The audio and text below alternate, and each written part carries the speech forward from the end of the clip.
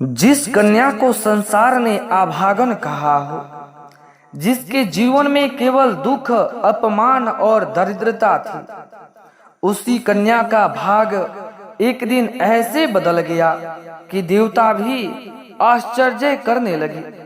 लेकिन आखिर ऐसा कौन सा व्रत था, कौन सा महीना था जिसकी महिमा स्वयं दुर्वासा ऋषि ने बताई? तो आज की यह कथा केवल कहानी नहीं है, यह भगवान पुरुषोत्तम मास की गुप्त महीना है, जो जीवन के सबसे बड़े संकट भी समाप्त होते हैं। तो आइए श्रद्धा और विश्वास के साथ श्रवण करते हैं पुरुषोत्तम मास महात्म अध्याय 10 की कथा।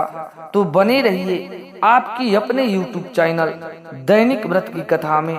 तो सर्वप्रथम भगवान की मंगलाचरण कर लेते हैं।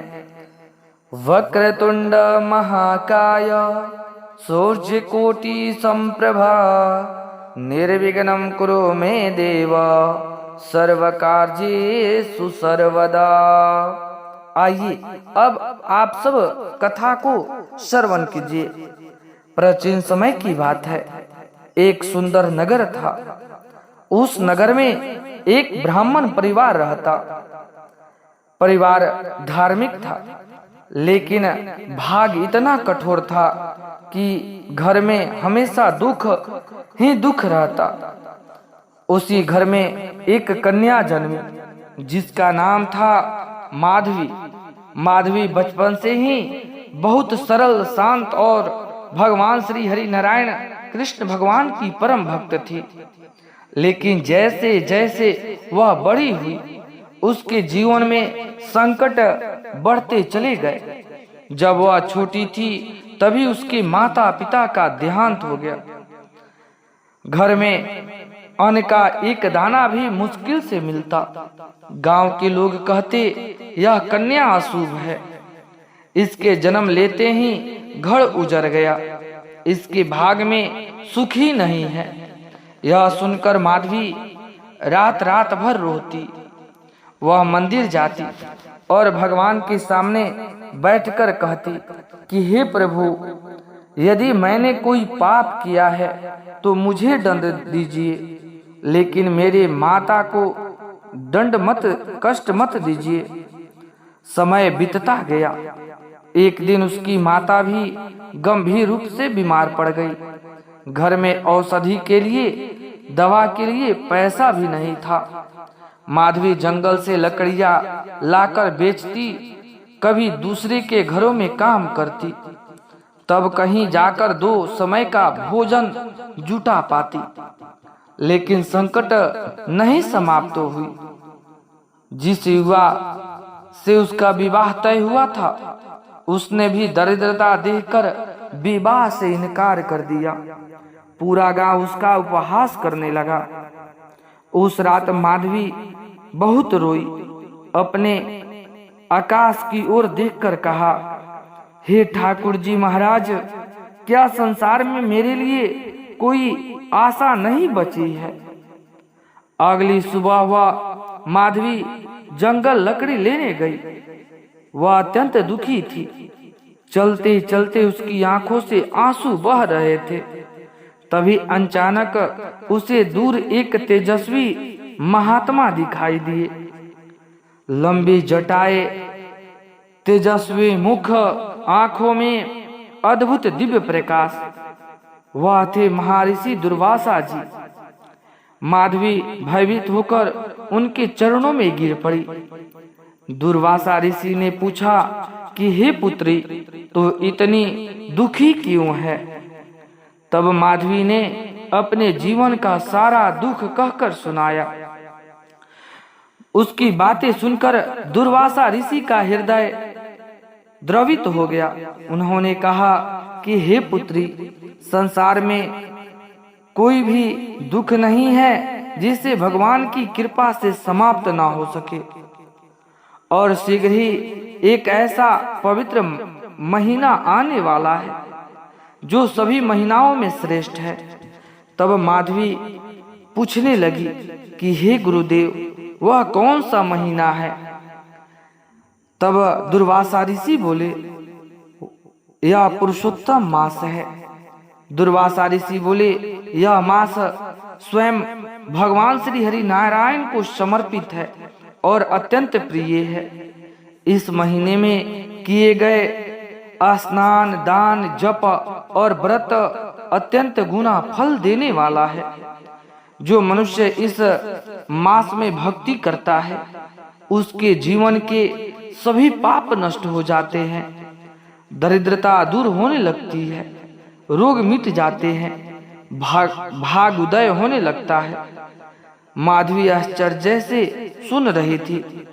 दुर्वासा ऋषि आगे बोले, केवल एक बार श्रद्धा से इस महीना का व्रत कर लेने से मनुष्य को हजारों सैकड़ों जग का पुण्य फल प्राप्त हो जाता है। माधवी ने पूछा कि हे गुरुदेव, क्या सचमुच में इस महीने की इतनी महिमा है? तब दुर्वासा ऋषि ने कहा, मैं तुम्हें अपना अनुभव सुनाता हूँ। एक समय मैं क्रोध से राजा अम्बरीश पर अत्यंत क्रोध हो गया था। मैंने उन्हें नष्ट होने का प्रयास किया, लेकिन भगवान श्री हरि नारायण का सुदर्शन चक्र मेरे पीछे पड़ गया। मैं ब्रह्मलोक गया, शिवलोक भी गया, हर जगह सहायता मांगी, लेकिन कोई भी मुझे सुदर्शन चक्र से बचा नहीं सका। तभी मुझे भगवान की शरण में जाना पड़ा। मैंने पुरुषोत्तम मास में उपवास, जप और श्री हरि नारायण की आराधना की, तब जाकर मुझे शांति प्राप्त हुई। दुर्वासा ऋषि की बातें सुनकर माधवी के मन में आशा जाग उठी। उसने हाथ जोड़कर कहा कि हे गुरुदेव भगवान, मुझे भी इस व्रत करने की विधि भी बता दीजिए। तब दुर्वासा ऋषि कहने लगे कि प्रातः ब्रह्म मुहूर्त में उठना चाहिए, नदी, कुएं में या जलाशय से स्नान करना चाहिए और भगवान श्री कृष्ण की स्मरण करना चाहिए और ओम नमो भगवते वासुदेवाय नमः मंत्र का जाप करना चाहिए। एक समय सात्विक भोजन करना चाहिए। झूठ, क्रोध, अपमान और बुरे विचार से दूर रहना चाहिए। गरीबों को भोजन कराना, गाय, ब्राह्मण और जरूरतमंदों की सेवा करो। कुछ दिन बाद पुरुषोत्तम मास प्रारंभ हुआ। पहले ही दिन माधवी प्रातः ब्रह्म मुहूर्त में उठी। उसने स्नान किया और घर में कुछ नहीं था, फिर भी उसने तुलसी के पास दीपक जलाया। वह रोते हुए बोली, हे पुरुषोत्तम भगवान, मेरे पास देने के लिए कुछ भी नहीं है, सिर्फ भक्ति है। उस दिन से उसने पूरे मन से श्रद्धा पूर्वक व्रत प्रारंभ कर दिया। लेकिन भगवान अपने भक्त की परीक्षा अवश्य लेते हैं। कुछ ही दिन बाद उसकी माता की बीमारी और बढ़ गई। घर में अन्न समाप्त हो गया। गांव वाले ने ताना मारा, देखो व्रत करने से क्या हुआ। लेकिन माधवी विचलित नहीं हुई। वह रोज भगवान का नाम जापती, पूजा अर्चना करती। एक रात माधवी मंदिर में बैठकर रो रही थी। तभी मंदिर में दिव्य प्रकाश फैल गया। उसे लगा जैसे भगवान श्री कृष्ण वहां उपस्थित हो। मधुर आवाज आई, पुत्री, तेरी भक्ति से मैं प्रसन्न हूँ। अगले ही दिन नगर का एक धनी व्यापारी वहां आया। उसने माधवी की माता का उपचार कराया, घर के लिए अन्न वस्त्र दिया। धीरे धीरे उसकी दरिद्रता दूर होने लगी। जो लोग पहले माधवी का अपमान करते थे, वही लोग उसकी प्रशंसा करने लगे। वे कहने लगे, सचमुच में पुरुषोत्तम मास महान है। कुछ समय बाद उसी नगर के एक सज्जन और धार्मिक युवक आया। उसने माधवी के गुण के बारे में सुना। उसने कहा, ऐसा धर्मपरायण कन्या ही सच्ची गृहस्थ लक्ष्मी हो सकती है। फिर दोनों का विवाह हुआ।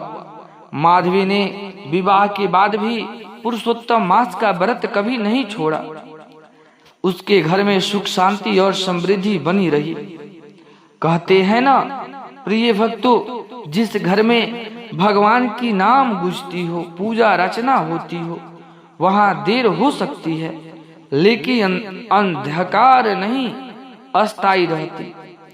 पुरुषोत्तम महीना में व्रत करने से हमें यह ज्ञान मिलती है कि परिस्थिति कैसी भी हो, यदि मनुष्य श्रद्धा और विश्वास नहीं छोड़ता तो भगवान स्वयं उसका हाथ थाम लेते हैं। तो व्रत की आइए जान लेते हैं सरल विधि। प्रातः ब्रह्म मुहूर्त में उठे, स्नान करके श्री हरि नारायण भगवान कृष्ण की पूजा करे, गीता या विष्णु सहस्त्र नाम पाठ करे या श्रवण करे, तुलसी माता की पूजा रचना करे, ओम नमो भगवते वासुदेवाय मंत्र का जाप करे, सात्विक भोजन करे, गरीबों को दान दे, क्रोध और अपशब्द से दूर रहे। तो प्रिय श्रद्धालु भक्तों, आशा करता हूँ कि आप सभी को पुरुषोत्तम मास महात्म अध्याय 10 की कथा यदि आपको अच्छी लगी हो तो वीडियो को लाइक करें और जय श्री कृष्णा लिखकर कमेंट करें, और चैनल आपके अपने YouTube चैनल दैनिक व्रत की कथा को अवश्य ही सब्सक्राइब करें। भगवान श्री हरि नारायण आप सभी की मनोकामना पूर्ण करे।